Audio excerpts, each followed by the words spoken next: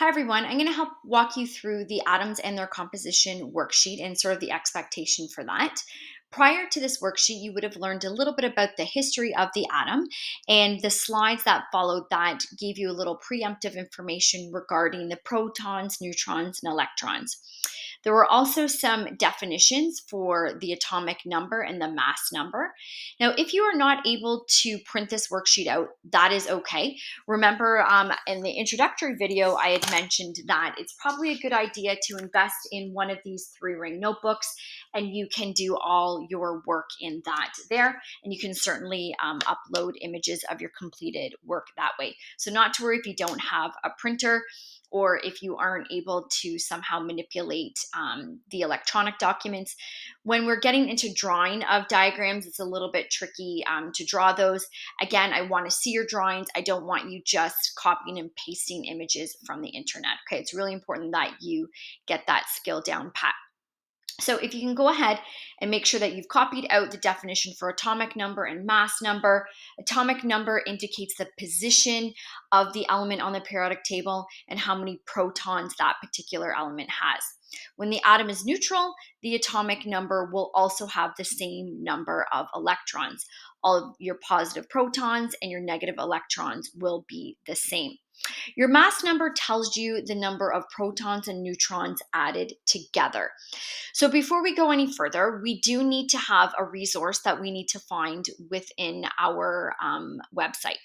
Okay, so let's go into the content section. And in that content section, under student resources, you are going to find the periodic table. What I suggest you do is that you open this in a new tab. Okay, so when you open it in a new tab, there you go, it'll be nice and big for you to find. So we're going to need to kind of go back and forth with this periodic table in order to complete that worksheet. Okay, so let's take a look at one of these elements from the periodic table. Let's take a look at, let's say, nickel. So nickel has two important numbers that are part of this box here. You're going to see that the top right corner is called the atomic mass, or sometimes we refer to that as the mass number. And here on this periodic table, the atomic number is written in the top left corner. What we're going to do is we're going to put that into standard notation. So here I'm going to look at the first number right after the decimal place to determine whether I am going to round up or whether or not I'm going to round down. So here this looks like I am going to be rounding up to 59 as my mass number. So let's go back to this worksheet and let's do an example together.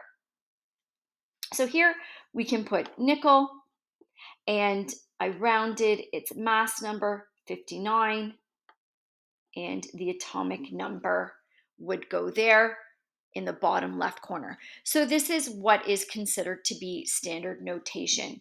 Atomic mass or mass number, top left. And you may want to add this example to your 3-ring notebook as well, or if you were able to write this out directly on the page, that's fantastic too. Now let's go ahead and do that for boron. So let's go find boron. So here's boron right here. Here is 10.81 and an atomic number of 5. So we're going to round that mass number or atomic mass to 11. So when I take a look, what I would do is I would put 11 in the top left and atomic number bottom left. This atomic number here always tells you, and there we go, atomic number, always tells you your protons, and it always tells you your electrons. And notice that I'm just putting the symbol P plus, E negative. So we know that the charge on each of those subatomic particles. Your neutrons, you're going to have to calculate those neutrons. And the way that we do that is we take the mass number, so the bigger number that's on top, subtract the atomic number, and that gives us 6. Okay, let's go find sodium.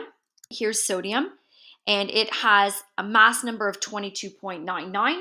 We are going to round that to 23, and we've got an atomic number of 11. Okay, so let's write the symbol for sodium, Na. Mass number of 23, atomic number of 11.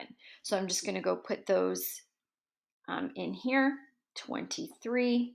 Mass number is always the bigger of the two, and the atomic number is smaller.